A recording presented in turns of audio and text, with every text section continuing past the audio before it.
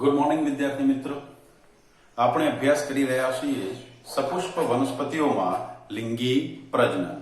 તો અહીંયા લિંગી પ્રજનનની જ્યારે વાત કરીએ છીએ ત્યારે અગાઉના લેક્ચર્સની અંદર આપણે જોઈ ગયા કે પરાગરજ જે છે એ નરજન્યુજનક અવસ્થાનું પ્રતિનિધિત્વ કરે છે, જ્યારે ભ્રૂણપોટ એ માદા જન્યુજનક અવસ્થાનું પ્રતિનિધિત્વ કરતું જોવા મળે છે.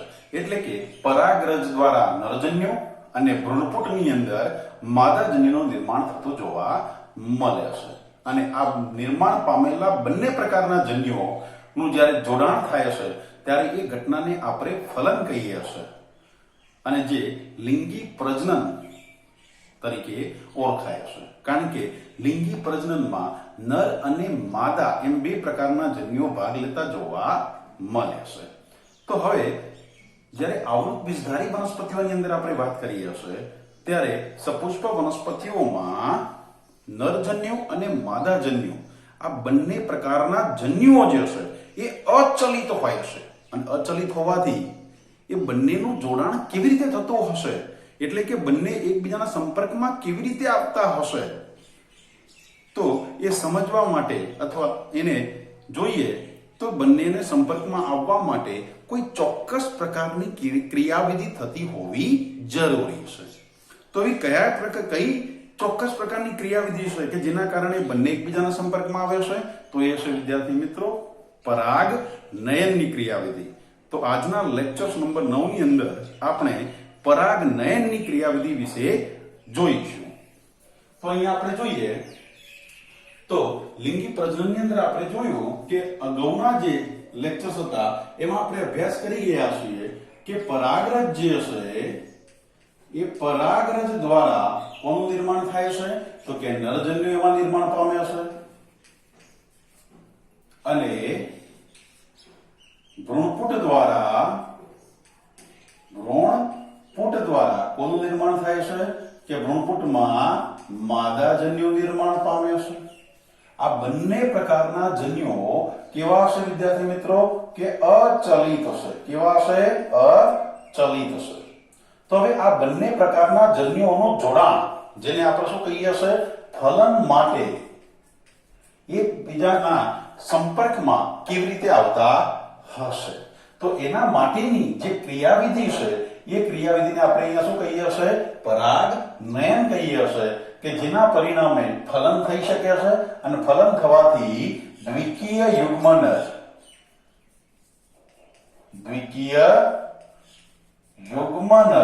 નું શું થતું હોય છે? નિર્માણ થતું જોવા મળે છે. તો અહીંયા પરાગ નયન ની જે ક્રિયાવિધિ છે તો એ પરાગ નયનને આપણે જો વ્યાખ્યાયિત કરીએ તો એની આપણે કેવી રીતે વ્યાખ્યા આપી શકીએ? તો આપણે અહીંયા લખી દઈએ એની વ્યાખ્યા. તો પરાગનયનની જો વ્યાખ્યા આપણે લખીએ તો શું કહેશે? પરાગનયન એટલે પરાગનું નયન થવું, એટલે કે પુષ્પના પરાગાશયમાંથી મુક્ત થતી પરાગરજનો સ્ત્રી કેસરના પરાગાશન પર સ્થાપન થવાની ક્રિયા.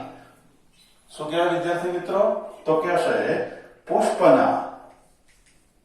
પુષ્પના પરાગાશય, યાદ રાખજો, પરાગાશયમાંથી મુક્ત થતી જે પરાગરજ છે એ પરાગરજનું કે પરાગરજનું સ્ત્રી કેસરના પરાગાશન પર સ્થાપન થવાની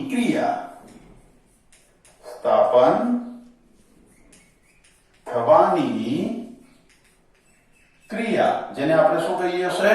તો કે પરાગનયન તરીકે ઓળખીએ છીએ. એટલે કે પુષ્પ હોય એ પુષ્પમાં રહેલા પરાગાશયના સ્ફોટનથી મુક્ત થતી જે પરાગરજ છે એ પરાગરજનો પુષ્પના સ્ત્રી કેસરના પરાગાશન પર સ્થાપન થવાની ક્રિયા, જેને આપણે શું કહીએ છીએ? પરાગનયન તરીકે ઓળખીએ છીએ. અને આવી પરાગનયનની જે ક્રિયા થાય છે એની અંદર ઘણીવાર વાહકો પણ ભાગ લેતા જોવા મળે છે.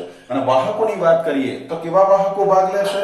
તો કે છે પવન દ્વારા પરાગનયન થાય છે, પાણી પણ ભાગ લેતો જોવા મળે છે, ઘણીવાર કીટકો, પક્ષીઓ અને પ્રાણીઓ દ્વારા પણ પરાગરજનું પરાગનયન થતું જોવા મળે છે. એટલે કે પવન, પાણી, કીટકો, પક્ષીઓ અને પ્રાણીઓ એ પરાગવાહકો તરીકે જોવા મળે છે. તો અહીંયા ઘણીવાર શું થાય છે કે ઘણીવાર પરાગ નયનની જે ક્રિયા છે એ પરાગનયનની ક્રિયામાં કોણ ભાગ લેશે? કે પરાગવાહકો ભાગ લેતા હોય છે. કેમ? કારણ કે પરાગરજ જે છે એ પરાગરજ એ કેવું હોય છે? તો કે એમાં એ અચલિત હોય છે, એ ચલિત હોતી નથી. માટે એ પરાગરજને સ્ત્રીકેસરના પરાગાસન સુધી પહોંચાડવા માટે વાહકોની જરૂર પડતી હોય છે. તો હવે અહીંયા આવા પરાગનયનની જે ક્રિયા થાય છે એ પરાગનયનની ક્રિયાવિધિ એ 3 પ્રકારે થતી જોવા મળે છે. એટલે કે પરાગનયનના કેટલા પ્રકાર પડે છે? કે 3 પ્રકાર પડે છે.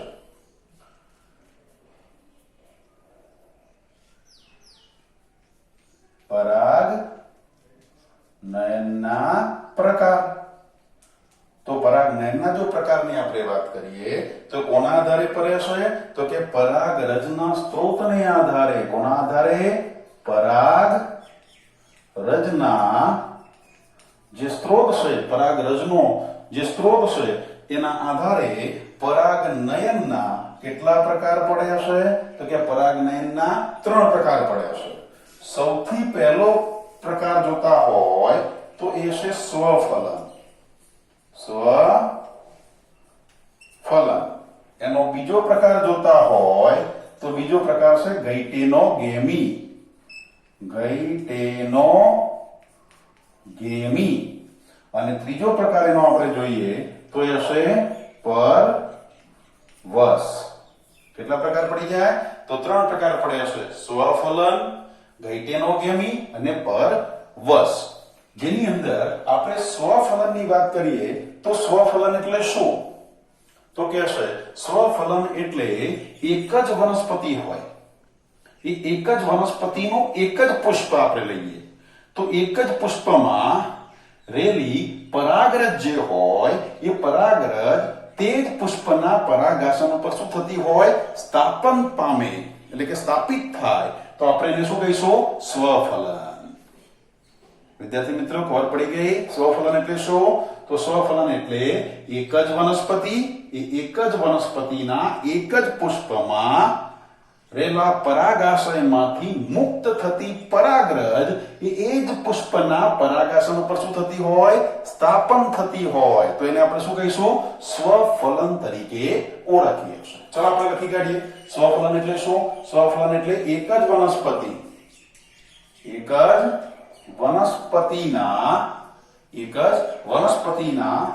પુષ્પ,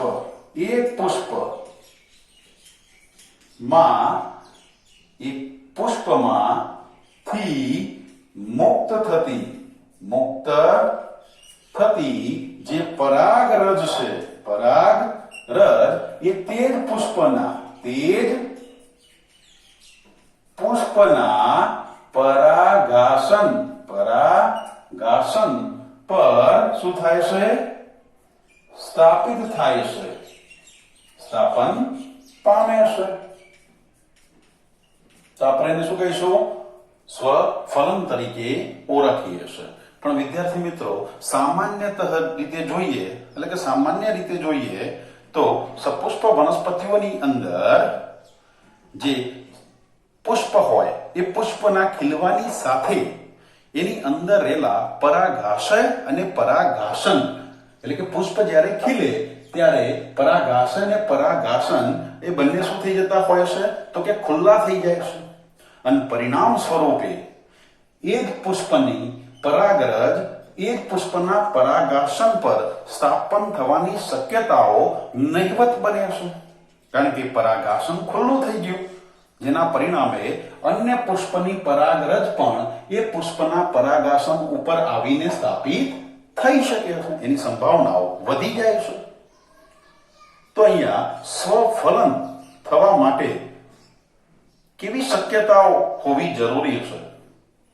તો કે છે કે સ્વફલન જો થવું હોય તો સ્વફલન માટે શું થવું જોઈએ કે પરાગરજમાંથી જ્યારે એટલે કે પરાગાશય ની અંદર રહેલી પરાગરજ જ્યારે પરિપક્વ બને અને પરાગરજની મુક્તિ થવાનો સમય હોય એ જ સમયે સ્ત્રીકેસરનું પરાગાસન કેવું બનવું જોઈએ? ગ્રહણશીલ થવું જોઈએ. એટલે કે એક બાજુથી પરાગરજ મુક્ત થાય અને બીજી બાજુએ પરાગાસન એને સ્વીકારવા માટે કેવું હોય? તૈયાર હોય. તો સ્વફલનની ઘટનાઓ વધી જાય છે. સ્વફલનની શક્યતાઓ શું થઈ જાય? વધી જાય છે. અને મોટા ભાગે આવી સ્વફલનની જે ક્રિયા છે એ કયા પુષ્પોમાં વધારે હોય છે? તો કે દ્વિલિંગી પુષ્પની અંદર એની શક્યતાઓ વધુ જોવા મળે છે. તો સ્વફલન ક્યારે વધુ ને વધુ શક્ય બને છે? તો એની સ્વફલન માટે શું થવું જોઈએ? તો કે પરાગરજની જે મુક્ત થાય એટલે કે પરાગરજની મુક્તિ અને પરાગાસનની ગ્રહણતા સાથે શું હોવો જોઈએ? ચોક્કસ તાલમેલ હોવો જોઈએ. શું હોવો જોઈએ? ચોક્કસ તાલમેલ જરૂરી છે.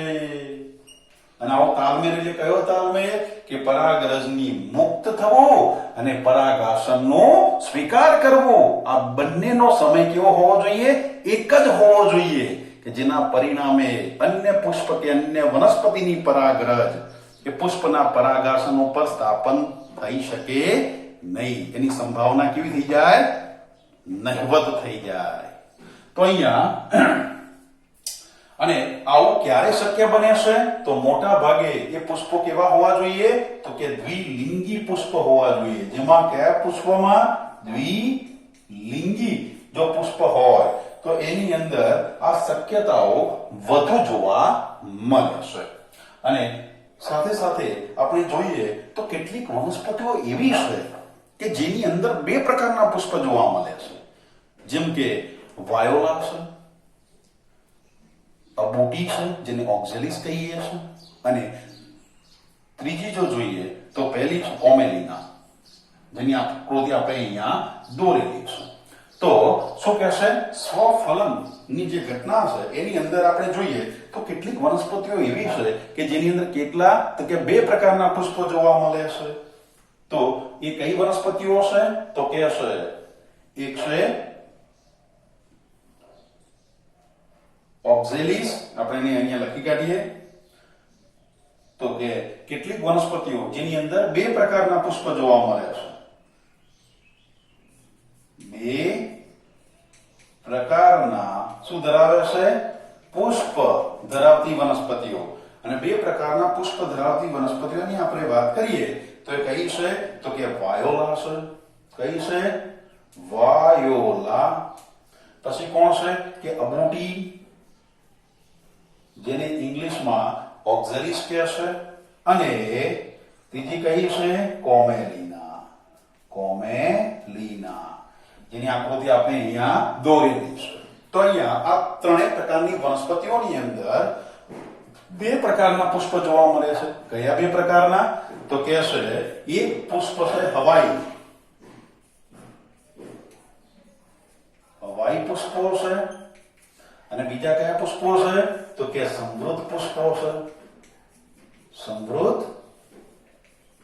પુષ્પો છે. હવાઈ પુષ્પોની વાત કરીએ તો અહીંયા આકૃતિમાં આપણે જોઈ શકીએ છીએ કે ભૂમિની બહાર રહેલો જે વનસ્પતિનો પરોવાગ્રનો એટલે કે પરોનો જે ભાગ છે એ પરોના ઉપરના અહીંયા ભાગમાં જોઈએ એટલે કે પરોતંત્રમાં જોઈએ તો જે પુષ્પો ઉપર ખીલે છે જેને આપણે કેવા પુષ્પો કહીએ છીએ? હવાઈ પુષ્પો તરીકે ઓળખીએ છીએ. અને આવા પુષ્પો એ અન્ય વનસ્પતિના પુષ્પો જેવા જ જોવા મળે છે. જ્યારે બીજા પુષ્પની વાત કરીએ તો બીજા પુષ્પો એ કેવા છે? ભૂમિગત પુષ્પો તરીકે જોવા મળે છે. અને આવા પુષ્પો ને આપણે કેવા પુષ્પ કહીશું? તો એવા પુષ્પોને આપણે કેવા કહીએ છીએ? સમૃદ્ધ પુષ્પો તરીકે ઓળખીએ છીએ. અને આવા સમૃદ્ધ પુષ્પો એ ક્યારેય ખીલતા નથી. યાદ રાખજો વિદ્યાર્થી મિત્રો, અહીંયા બંને પ્રકારના પુષ્પમાં જોઈએ તો હવાઈ પુષ્પો એ અન્ય વનસ્પતિની માફક છે, જેની અંદર પરાગાશય અને પરાગાસન આ બંને કેવા હોય છે? ખુલ્લા જોવા મળે છે. જ્યારે અહીંયા ભૂમિગત પુષ્પ એટલે કે સમૃદ્ધ પુષ્પની જો આપણે વાત કરીએ તો સમૃદ્ધ પુષ્પો ક્યારેય ખીલતા નથી. એટલે એમાં પરાગાશય અને પરાગાસન ખુલ્લા થતા નથી. તો હવાઈ પુષ્પની આપણે વાત કરી તો હવાઈ પુષ્પો કેવા છે? અન્ય વનસ્પતિના જેવા જ હોય છે. અન્ય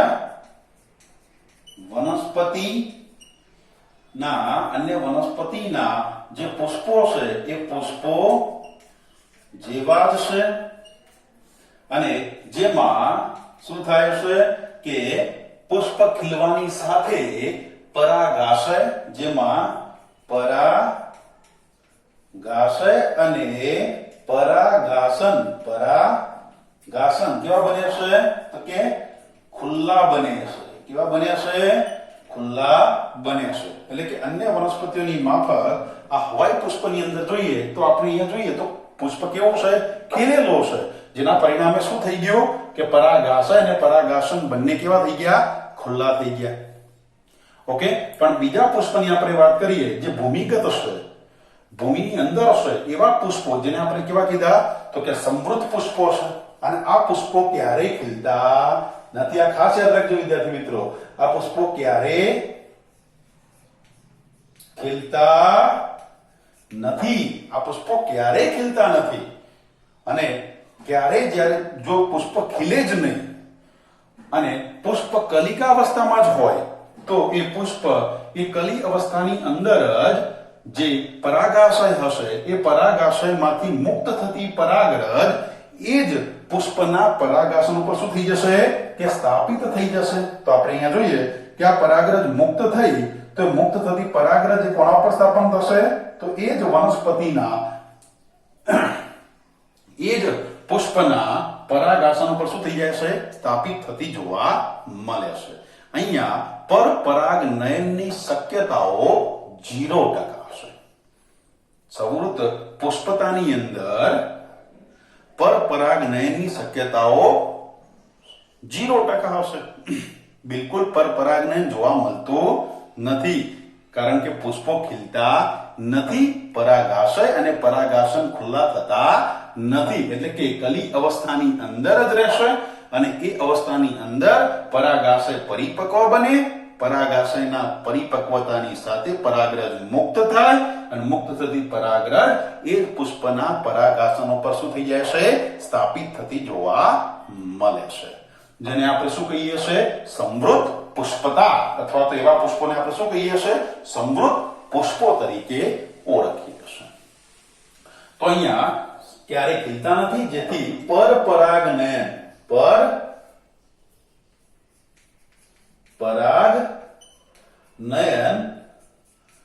જોવા મળતું નથી.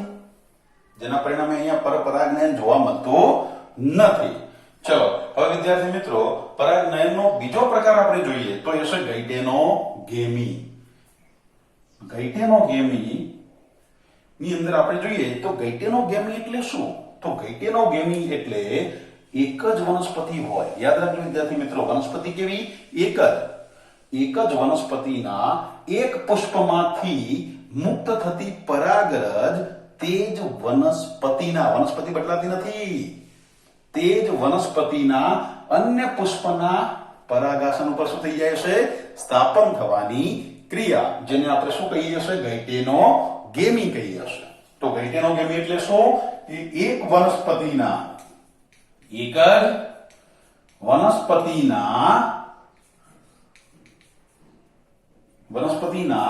એક પુષ્પમાંથી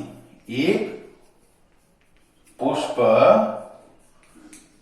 માંથી મુક્ત થતી પરાગરજ તે જ વનસ્પતિના અન્ય પુષ્પ પર શું થાય છે? પરાગિત થાય છે. પરાગિત થવાની ક્રિયા, જેને આપણે શું કહીએ છીએ? ઘૈટેનોગેમી કહીએ છીએ. ઘૈટેનોગેમી એટલે શું? તો કે એક જ વનસ્પતિના એક જ પુષ્પમાંથી મુક્ત થતી પરાગરજ એ તે જ વનસ્પતિના અન્ય પુષ્પ પર પરાગિત થતી જોવા મળે છે. એટલે કે એક જ વનસ્પતિ છે, જે વનસ્પતિમાં એક પુષ્પમાંથી મુક્ત થતી પરાગરજ એ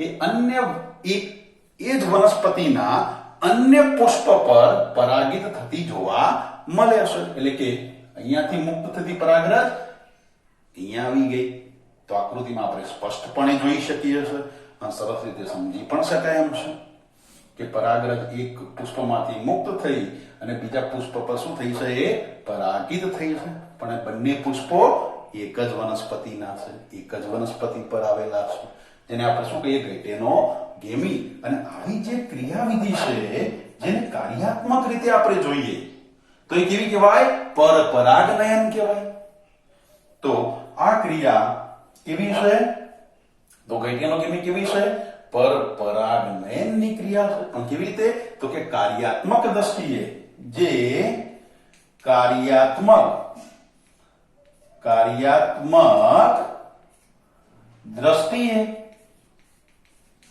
દ્રષ્ટિએ કોને મળતી આવે છે? કે પરપરાગનયન. જે કાર્યાત્મક દ્રષ્ટિએ કેવી છે? પરપરાગનયન છે. પરંતુ જોઈએ તો પરાગરજ તો એ જ વનસ્પતિની છે, માટે જનીનિક દ્રષ્ટિએ જોઈએ તો એ સ્વપરાગનયન છે. એ કોની સાથે સમાનતા ધરાવે છે? સ્વફલન સાથે સમાનતા ધરાવે છે. યાદ રાખજો વિદ્યાર્થી મિત્રો કે પરીક્ષાની અંદર પૂછી શકે કે નીચે આપેલ માંથી કયા પ્રકારનું પરાગનયનમાં જે પરાગનયનની ક્રિયા એક કાર્યાત્મક દ્રષ્ટિએ કેવી હોય છે? તો કાર્યાત્મક દ્રષ્ટિએ પરપરાગનયન ને મળતી આવે છે, પણ જનીનિક દ્રષ્ટિએ સ્વફલન ધરાવે છે. તો એ કયું આવે? ઘૈટેનોગેમી. તો જે કાર્યાત્મક દ્રષ્ટિએ કેવી હોય છે?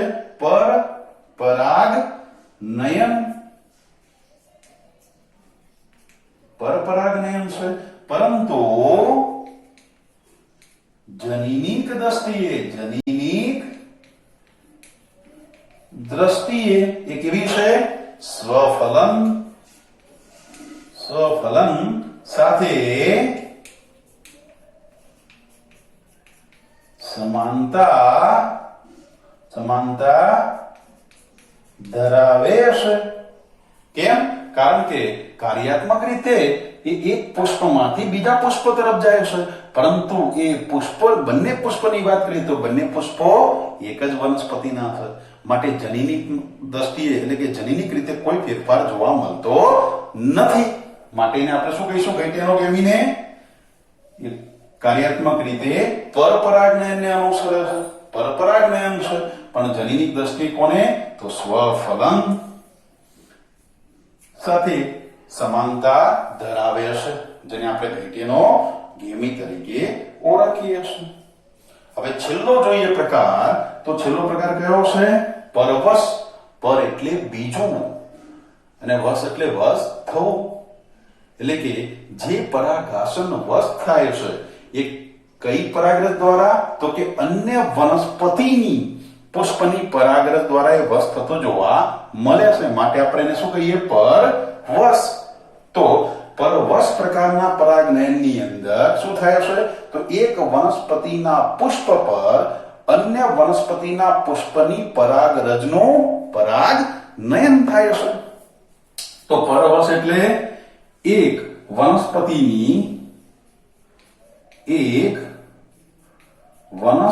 છે, એ વનસ્પતિના પુષ્પ પર શું થાય? પુષ્પ પર અન્ય વનસ્પતિના પુષ્પની પરાગરજનું શું થાય છે? સ્થાપન થાય છે. શું થાય? સ્થાપન થાય છે. તો આપણે એને શું કહીશું? પરવશ તરીકે ઓળખીએ છીએ. પરવશ એટલે શું? તો પરવશ એટલે કે એક વનસ્પતિ એટલે એક જાતિની વનસ્પતિના પુષ્પ પર અન્ય જાતિના વનસ્પતિની પુષ્પની પરાગરજનું શું થાય છે? સ્થાપન થાય છે. તો આપણે અહીંયા જોઈએ કે દાખલા તરીકે આ એક વનસ્પતિ છે, આ બીજી વનસ્પતિ છે.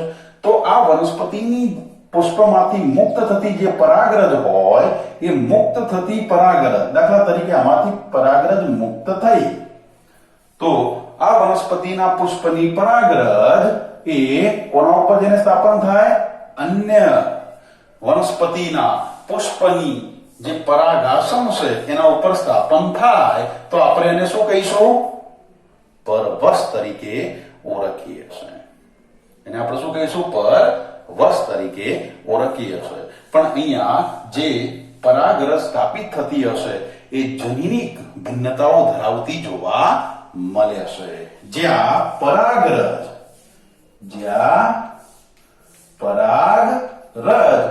એ શું ધરાવે છે? જનીનિક ભિન્નતાઓ